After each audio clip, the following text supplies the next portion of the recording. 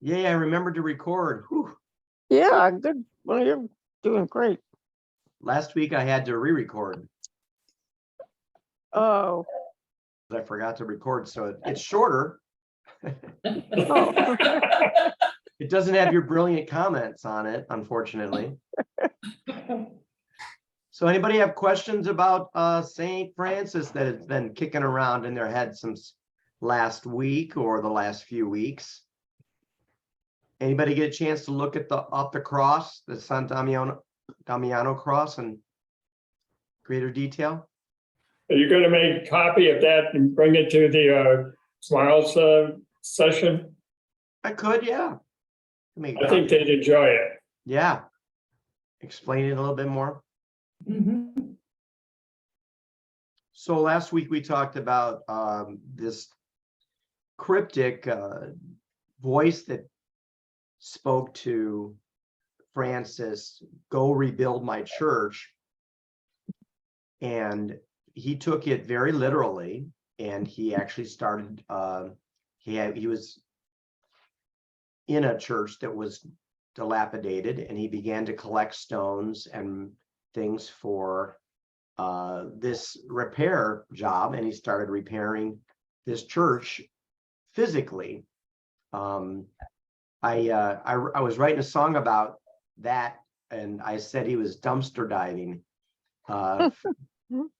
And his father, of course, is disgusted with this, and other people are, bemused by it. This is a wealthy playboy who's walking around asking for bricks now, but other people were very, interested in the kind of, I guess, example he was showing. And so they ended up kind of supporting him in a way. And when his father demanded repayment for all that he had absconded with, Francis strips down to his skivvies in the middle of the courtyard and says that here's everything, Father. And by the way, you're no longer my father. My father is in heaven. So that He would be on his skivvies. yeah, ends that relationship. And we talk about the rebuilding of the church also on a level that is past the sheer physical, but the rebuilding of the church, which was at that time and at almost any given time in history in need of some kind of rebuilding or reform. I made the distinction last week that St. Francis wasn't really a reformer. He didn't really ask the church to change teaching or doctrine. He wanted the freedom to follow Christ in his own way, which in some cases might have been seen as a prophetic critique of the church. But at the time, the popes thought, hey, he's a charming guy. Who knows? And they for their various reasons allowed him to operate that way. It seems funny for us to say, well, we couldn't allow someone to be Christ-like. That wouldn't be permitted. But you could imagine that there's always a sense of order. I often say, if someone came into our church while, one of us was preaching and said that they would like to give the message that day, I'm not sure that we would let them. We probably would say to them, well, we might like to hear your message, but we'd first like to get to know you, meet you, etc. So you can see there's some wisdom in having some control. Who knows what this person might say or where they're coming from. So they wanted control. It seems heavy-handed at times. And obviously, once Luther comes along as a reformer, they don't have any tolerance for his suggestions. His 95 suggestions are fall on deaf ears. And then what's more, he's finally excommunicated. Whereas St. Francis stayed a good old Catholic through and through all the way to the end. So rebuilding the church, the Pope saw a vision of Francis actually holding up the teetering church and that convinced him to give St. Francis the leeway. That church that he worked on is still around today, but we ended our talk about, was there also a third layer of meaning, and that is rebuilding the church, which is each one of us. We're all called to be the church of Christ and the body of Christ. And so was St. Francis also teaching us ways in which we can be the church in the world. And certainly there would be in his life examples. How would you say that St. Francis can teach us to be the church, each of us individually, wherever we go? Are you asking us? Yeah. What do you think? What are ways that we can be the church that St. Francis may have clued us in on? We may have heard it other ways, Jesus himself, but anything come to mind? I think being faithful. You know, I mean, I've gone to churches all over the world, but I mean, I'm faithful to the Lutheran Church. Because that's how I was raised and that's what I believe. And I raised 4 little Catholic kids because I was in that situation, but it's okay. And when I went to the priest and I said, after a couple of years, I have 4 kids here in St. Joan of Arc. And, you know, maybe I should be a Catholic because if I belong, I take part. And the priest said to me, well, will you ever marry again? Because I was divorced. And I said, only God is my judge. Oh, he said, then you can't be a Catholic. I said, then I don't want to be. That's simple. I think what he did was, I'm sorry, activate. He took the word and made it into life. Yeah. And he activated those words. It was one thing to read them, but he acted everything out. Agreed. A lot of our members are doing exactly what he did. Those volunteers at the Helping Hand mission and those things. That's what Jesus did, and that's what they're doing. Yeah. That's what St. Francis did. He followed his path. He followed it, what he believed. Yes. So he's inspirational, you know, the idea that the saints would be inspirational in activity, he, I think, is a greater example. Others are more active in terms of their holiness, which is admirable, you know, keeping oneself, you know, pure and as sinless as possible. Or there are some that became saints by the supernatural powers that they exhibited, perhaps of healing or of some kind of miracles. There's other saints known for their mystical communion with God, the sense of being able to commune with God in powerful ways. And Pat, I'll have to clue you in on a book, three women medieval mystics that I came across that you might be interested in. I'll get you the name of it, but I think I want to look at that. There are 3 pretty well-known ones. But anyway, looking at St. Francis as an example and remembering that we too can be the church wherever we go. I am the church, you are the church, we are the church together, right? So he reminded us of that. The church that was very relatable, the church that came to you, the church that brought the gospel to you, the church that acted and when in necessary used words. So the wonderful witness of St. Francis carries through. Now we're going to look today at St. Francis as the peacemaker. And of course, that's not a big stretch since we have been saying, make us instruments of your peace in our study through the whole time here.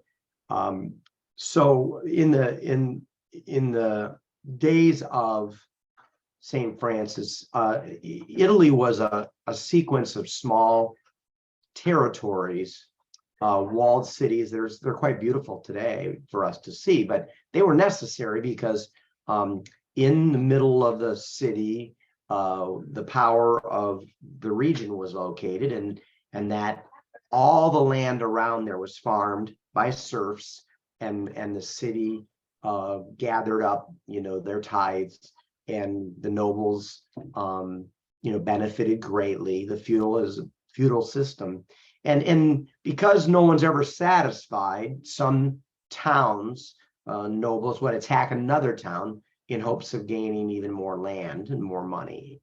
And so this was happening, quite a bit. People thought they'd make a name for themselves by attacking another town. And this is exactly the world that St. Francis buys into. He leaves his whining and dining life, and he's going to become a very serious warrior.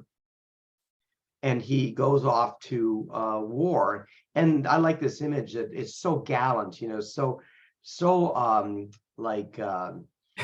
glorious. We're going off to fight. And Not much of a those of us, peacemaker. what's that? Yeah, Not much of a peacemaker. there he is.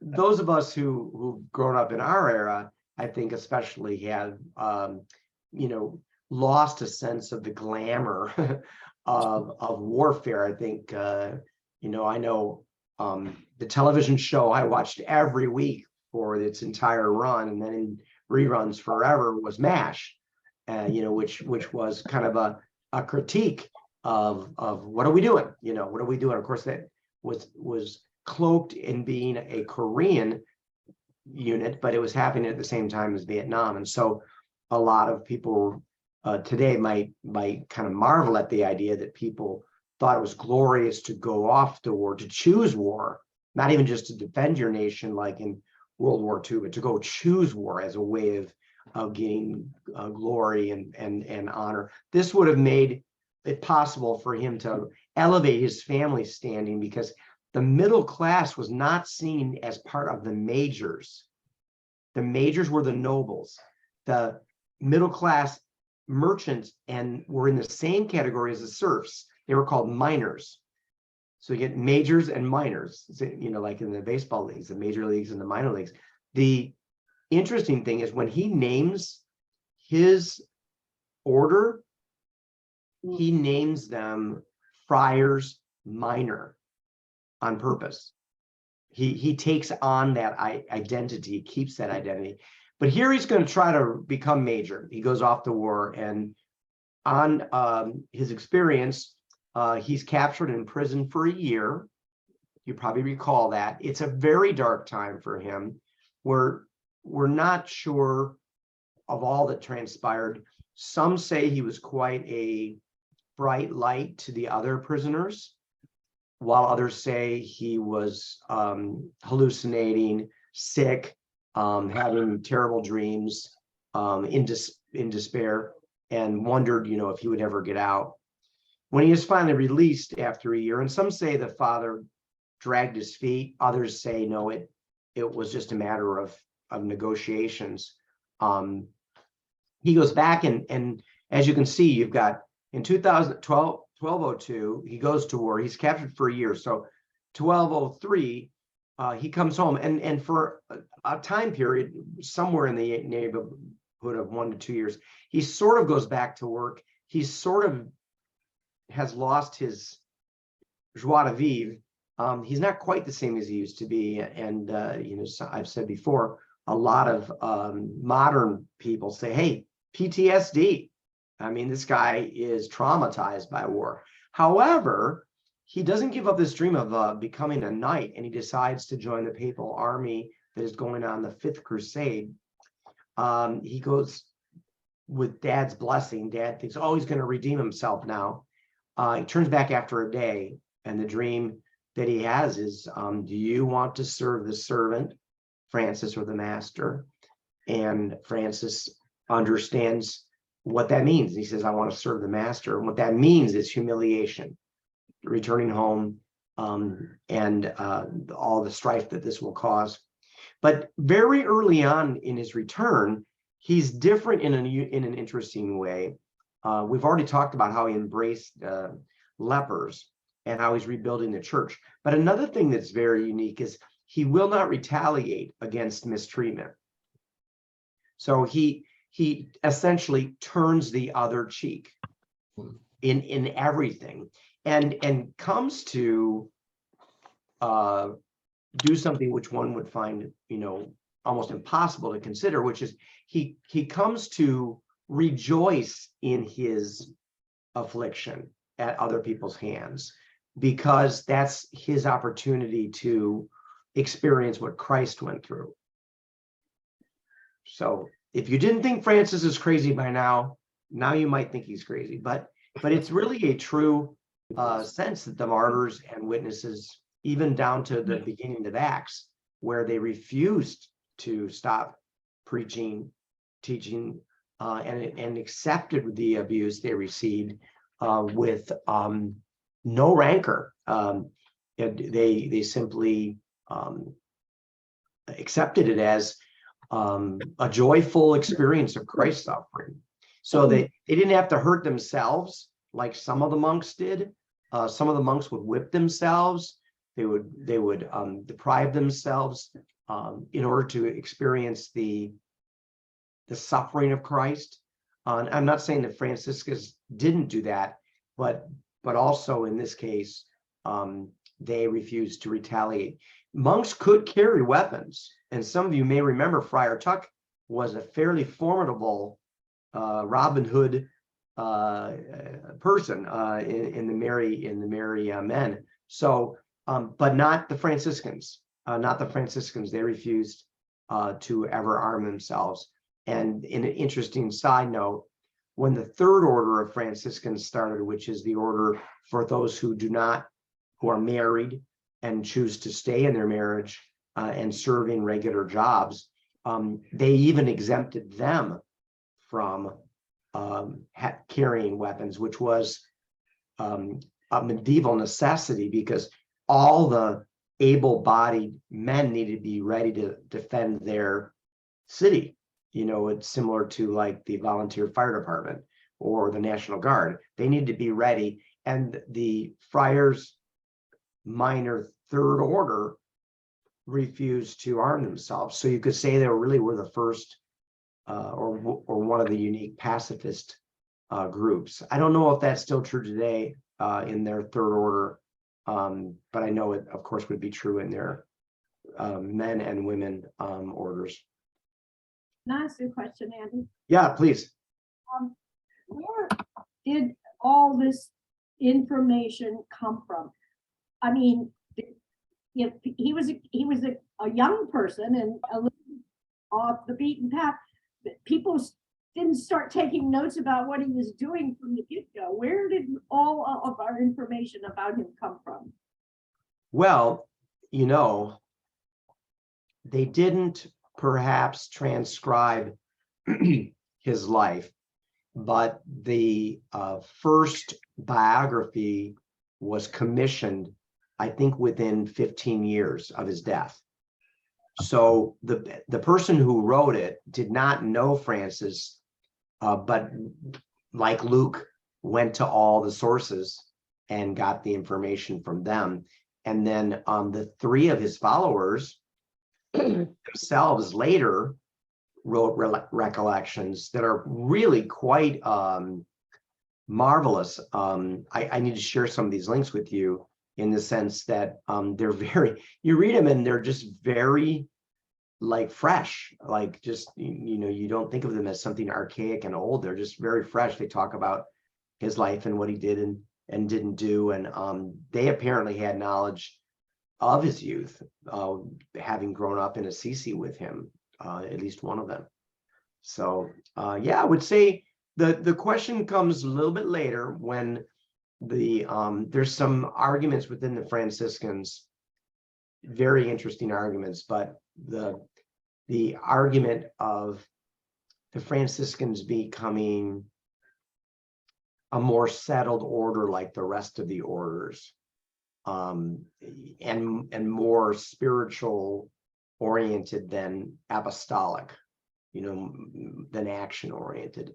So then a new biography is written that puts St. Francis more into the role of kind of a teacher and less emphasis on his deeds or his commands for others to choose poverty and such. That was written at the behest of a pope, and they ordered all the other documents be destroyed.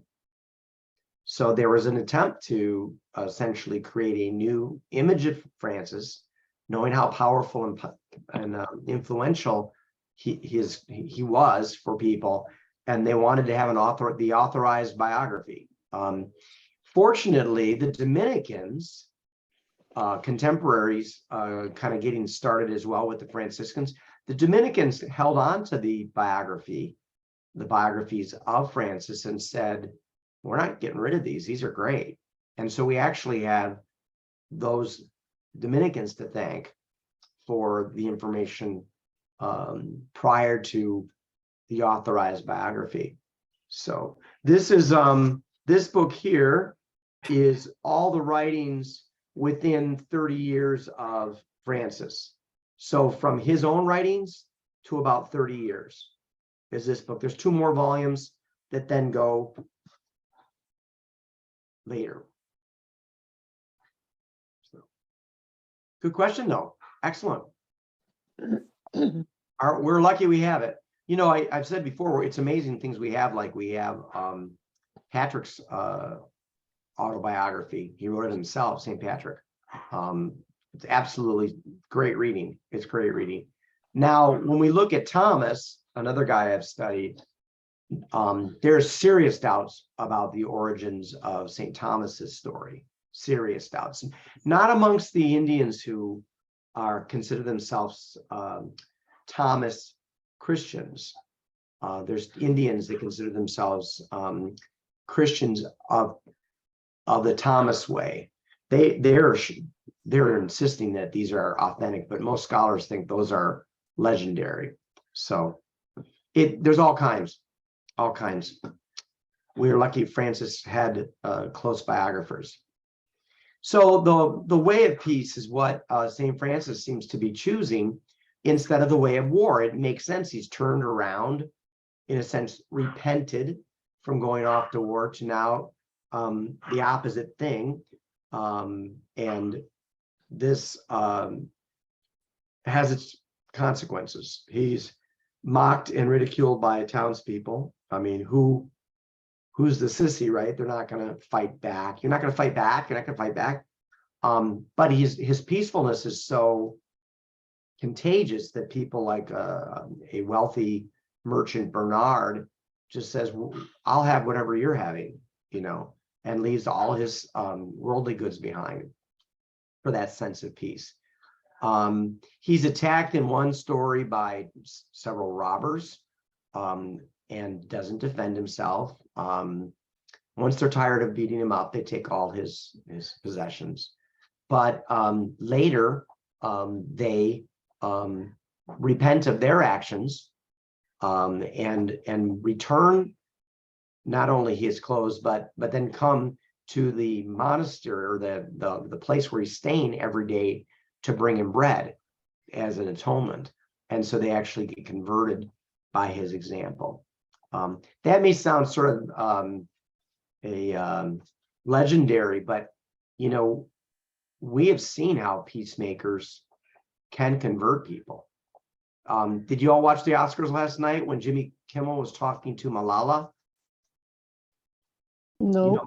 Malala's the young girl from Pakistan who was abused for insisting about going to school, kind of a Rosa Parks of Pakistan. And for some reason, Jimmy Kimmel thought it would be great to ask her a very stupid question about, I don't know, 2 celebrities. She smiled and she said, I only talk of peace. Mhm. Can you believe it? And Kim was like, good answer. Yeah. But what a fascinating opportunity she had. I mean, that's the mic drop moment of the Oscars for those of us who might by any means expect something profound to happen. Holly, Mhm. she's I only talk, she's not gonna talk about some stupid, Yeah. you know, and so I always talk about these. My gosh, she's like a living Saint Francis saying that. So I'm like, I can't believe it. I cannot believe it. It's so cool. And it's not like it was off mic. This was on national television. She turns away this silly joke. Yeah, wow. Did anyone see that moment? I didn't see that. No. Go ahead, Linda. This portrait shows him with bandages on his hands. Did he have that stigmata the rest of his life? It was the last 3 years of his life, and the answer is yes. Now the bleeding of it was not significant in the hands and feet. However, the side did bleed according to witnesses and need to be dressed. The stigmata in the hands was less about blood than an appearance of a protuberance in the hand that looked like, say, a nail had gone through, and the nail was still visible. That's what we're told was the appearance. First to exhibit or be, let's just say this way, first to that people believed received the stigmata was St. Francis. This would happen later for others. And of course, the Catholic Church has had to struggle with these healings and these things because, you know, in some ways they want to completely believe them, but they also don't want to be fooled. So they actually have, you know, groups of people that assess these claims of healing. None going back to Francis, of course, but in modern day. And then we have the dove, of course, of peace. He also chooses healing as a way of peace, and he talks about, you know, the fact that healing is bringing together broken things. You know, that's peace. You know, if war is breaking things, and it certainly is, peace is bringing them back together. Shalom is bringing things back together and finding a wholeness again. So it made sense to him to help people find peace through healing. He had one confront him and you know, and say, you know, I have not been able to find any of your peace because I'm sick.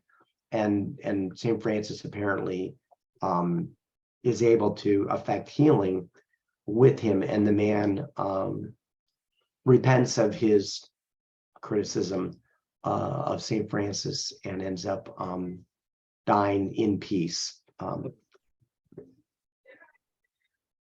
But certainly brokenness is the, you know, we all experience it. And you could go further and say that forgiveness is peacemaking, right? Mm-hmm. If we don't forgive someone else, there's no peace between us. So again, another way to look at what Jesus was doing himself, he's preaching peace, Jesus. He's healing people, which is bringing peace to them. He says quite frequently, peace be with you.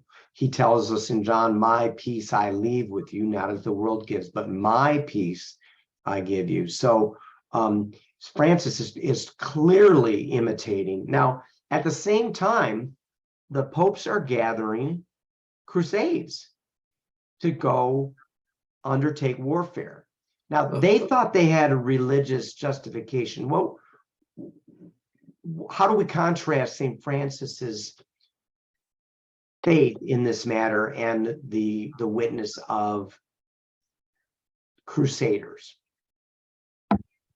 How could crusaders see themselves as being gospel people? Or not love. They weren't bringing peace, demanding that people accept whatever they said. I mean, at least parts of what I've read and about crusaders, they weren't always peacemakers. No, they were off for glory, for plunder and pillage and property. In one particular crusade, when they decided not to go all the way to Jerusalem, they just killed the Jewish people along the way. So what happens in religion, I think, and I think it can happen even to our present day, is once religion is, your faith is an identity. So I'm a Christian.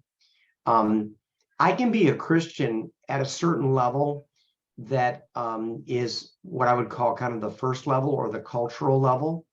So I identify that I'm a Christian, and therefore, clearly I'm not a Jew, or clearly I'm not a Muslim. Now, if identity is what Christianity remains, if it just remains as that level of identity, it really becomes something similar to which baseball team are you on, which country do you go to, do you live in? It becomes something you can both argue about, and something that almost naturally puts you up against those who are other than you.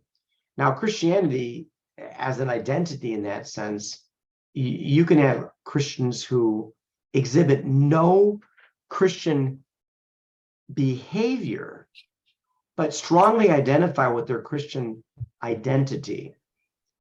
So they'll swear up and down, I'm a Christian, but there won't be any real evidence that they do Christ-like things.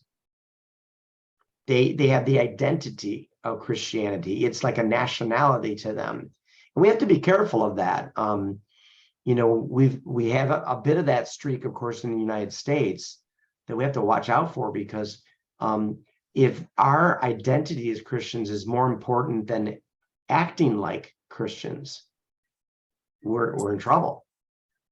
And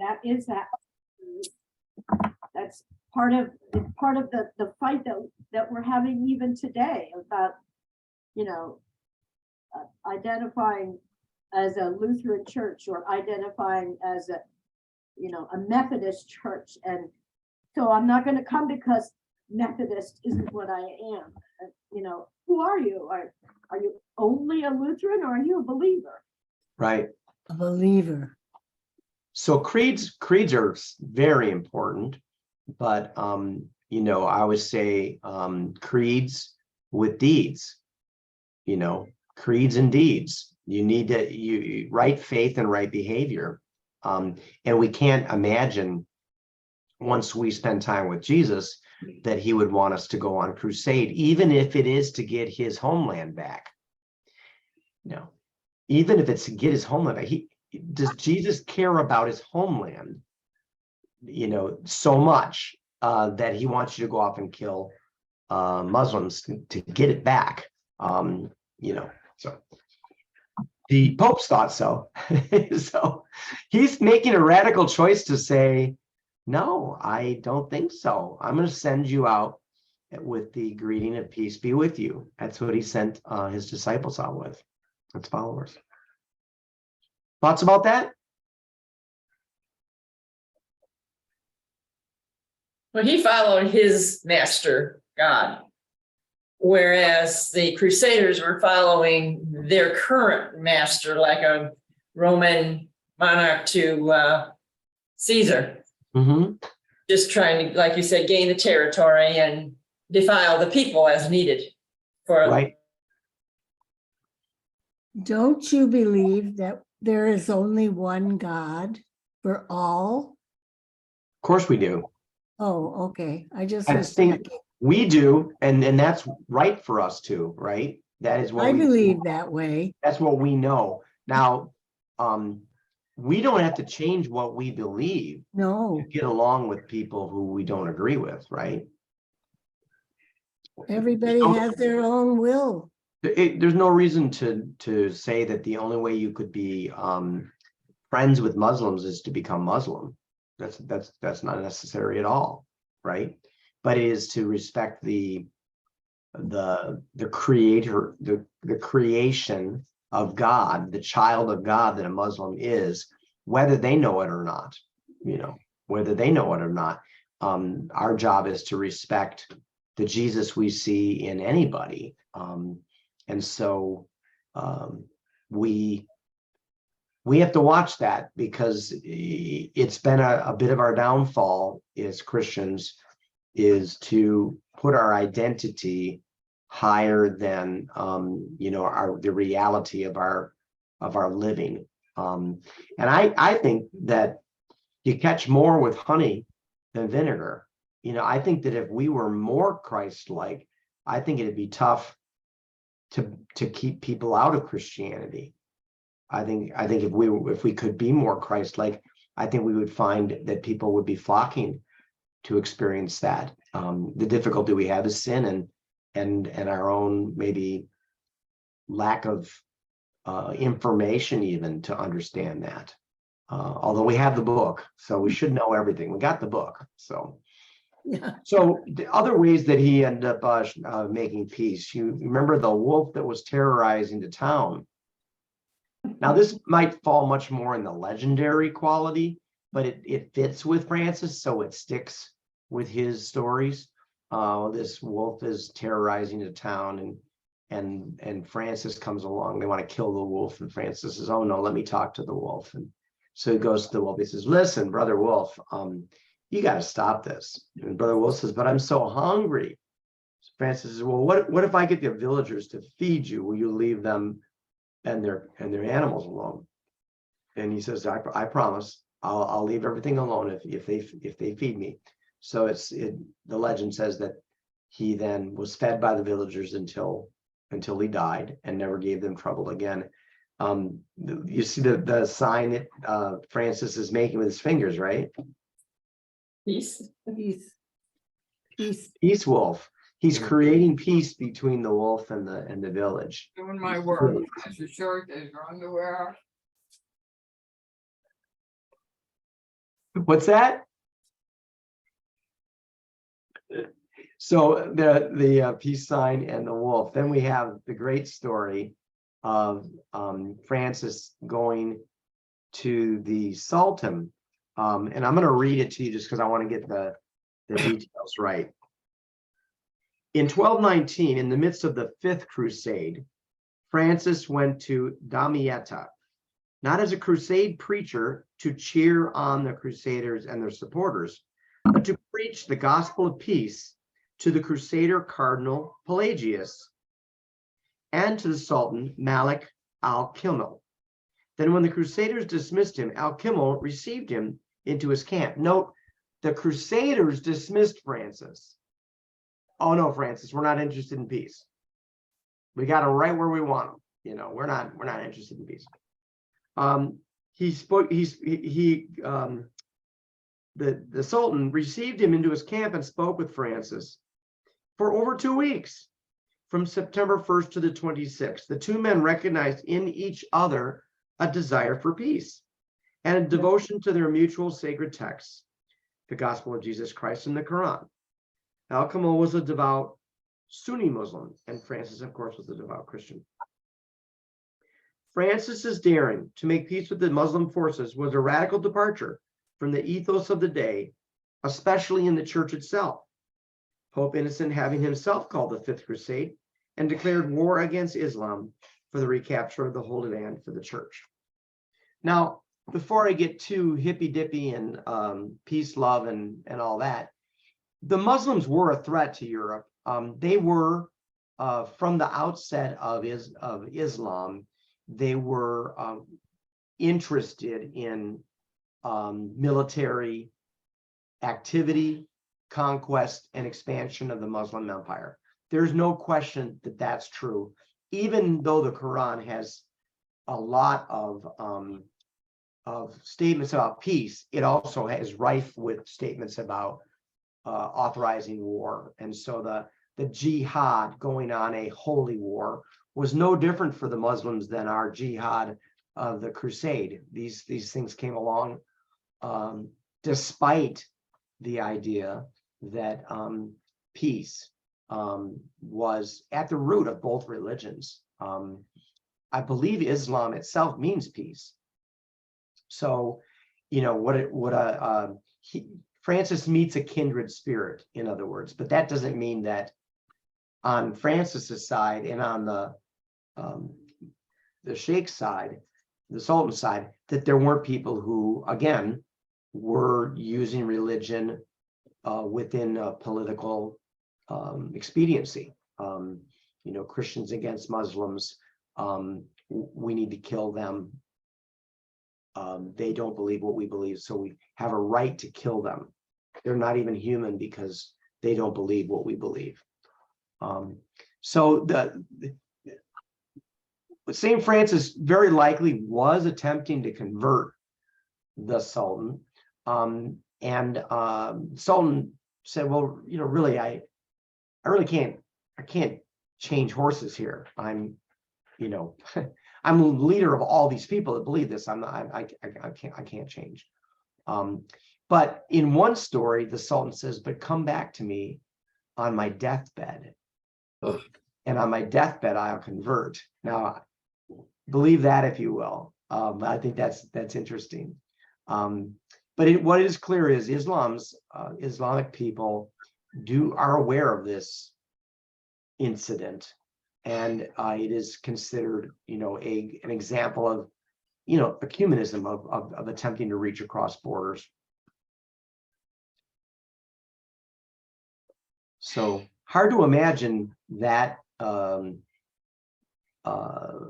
occurring in our day, right? Except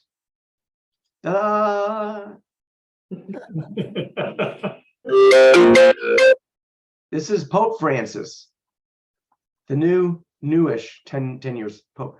Who's he meeting with? Patriarch of the Russian Orthodox Church. What did the Patriarch of the Russian Orthodox Church say regarding the invasion of Ukraine? He authorized it. He supported it. Oh boy. So there There you they got are. the story all over again. Francis the Christian, you know, Ukraine being predominantly a Christian country, and this Russian Orthodox. And Francis told the Orthodox, we must get out of the war business.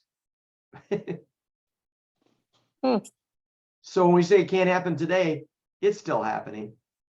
You know, people of faith are still finding peace as a way that is better than not on every level. You know, we might teach it to our children when it comes to an incident on the playground, you know, turning the other cheek. I was quite aware of that in my upbringing, that we weren't to fight. I was never told, you know, if someone hits you, go ahead and hit him back. I was never told that. And I was a chicken too, so it was an easy thing for me to do. Worked out. But I was a good chicken. I mean, when you refuse to fight, you don't keep enemies very long.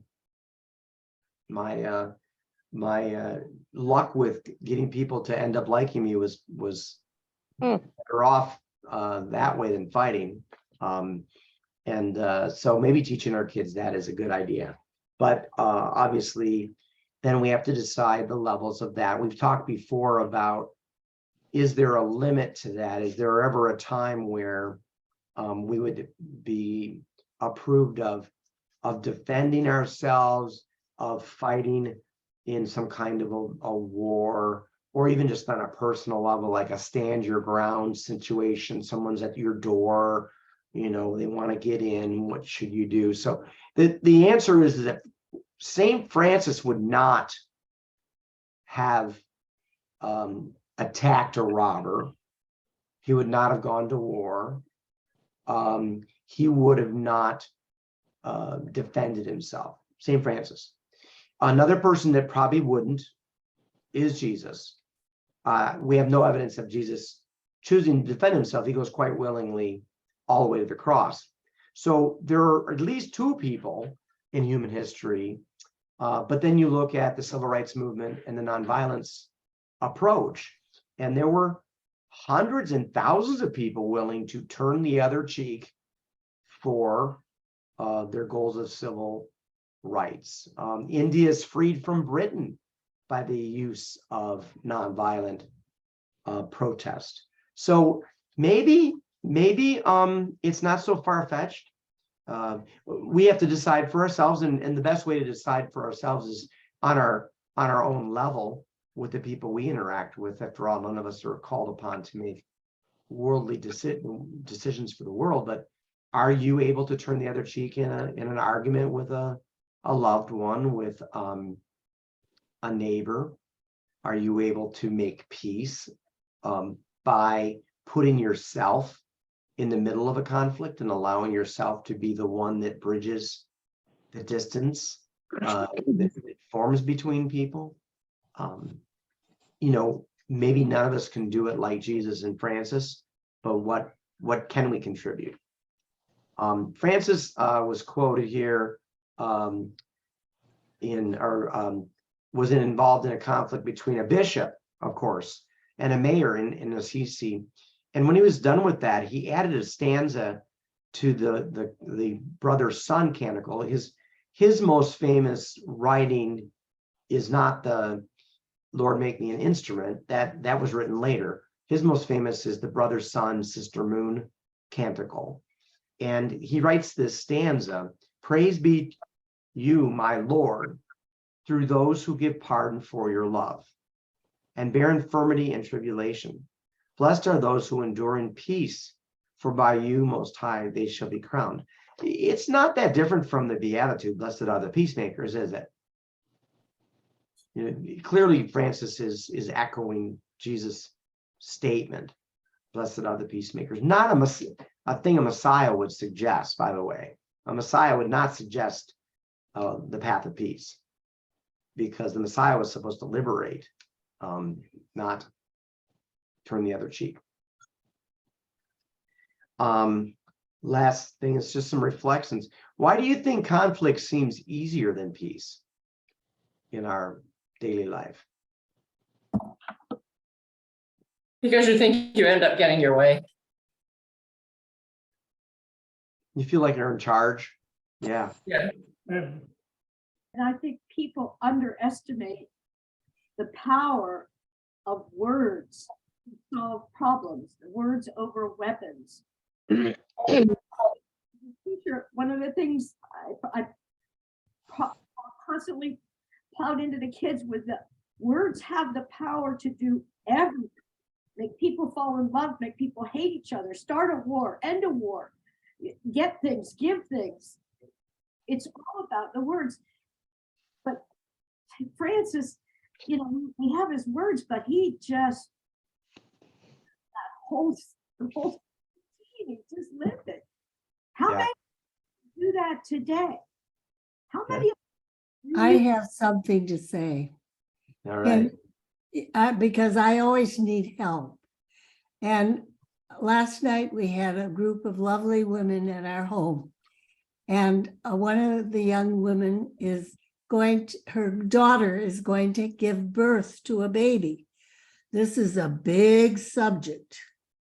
Most of us are already mothers at this affair. There were 11 of us. And, she's saying, oh, the baby should be here.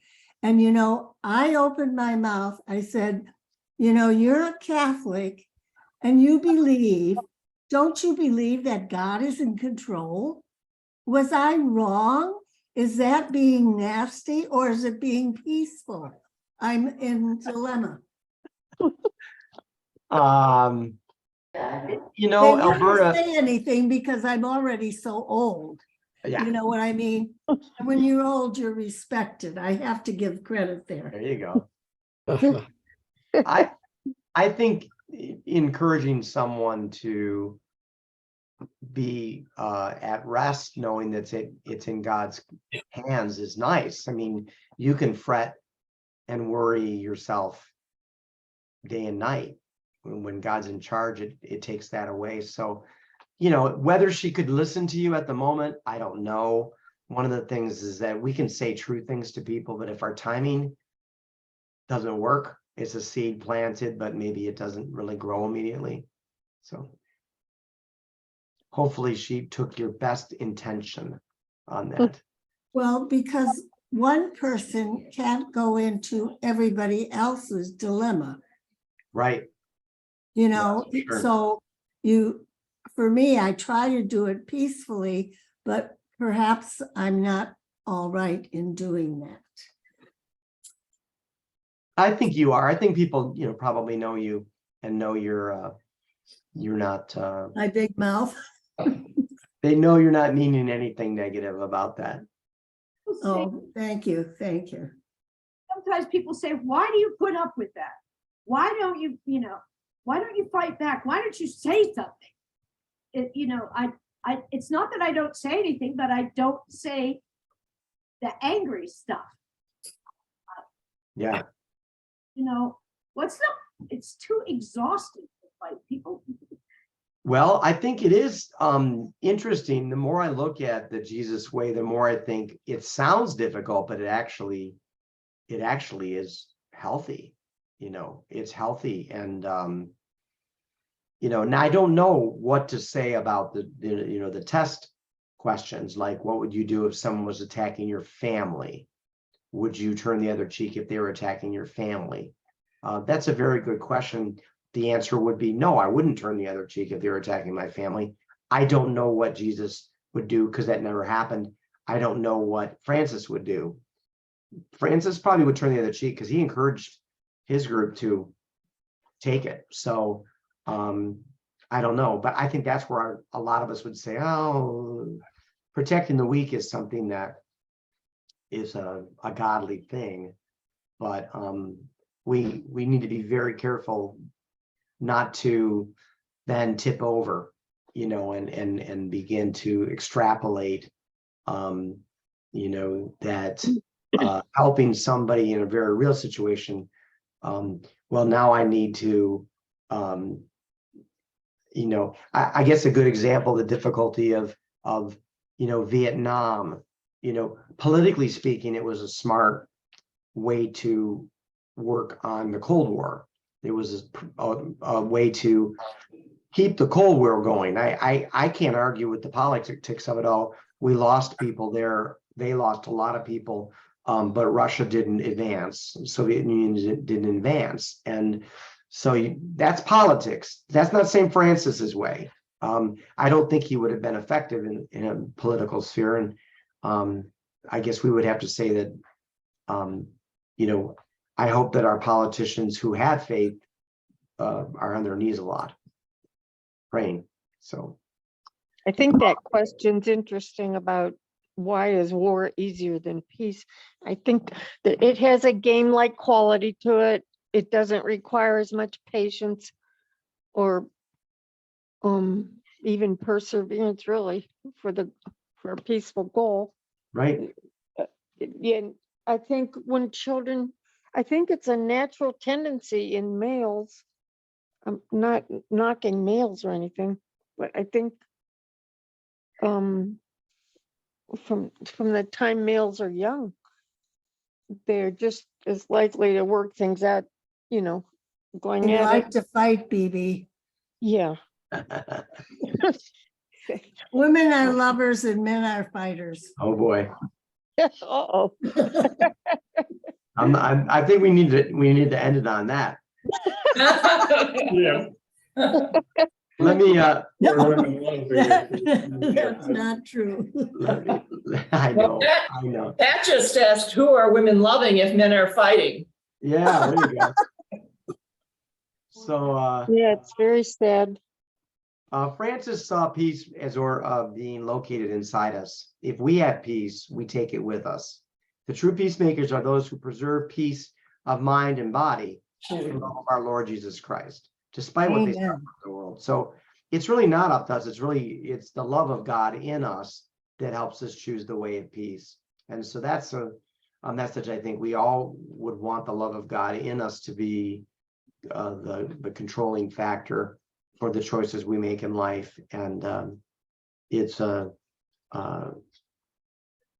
something that St. Francis lifted up again. We can't say that he won out in every way. Peace did not break out over the Middle Ages, that's for sure.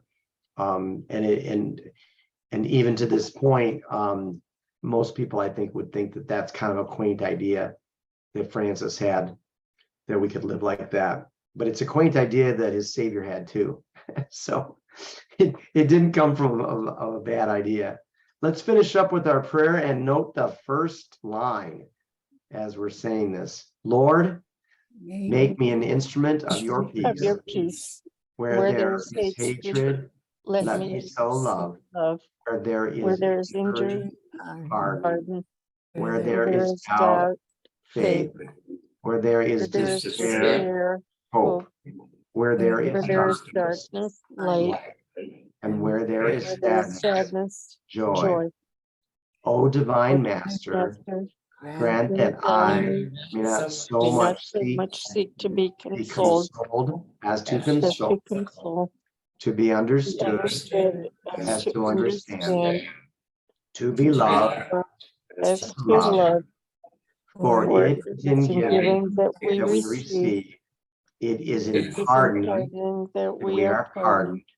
And it is It in is in dying dying that that we we are are born born to eternal eternal life. life.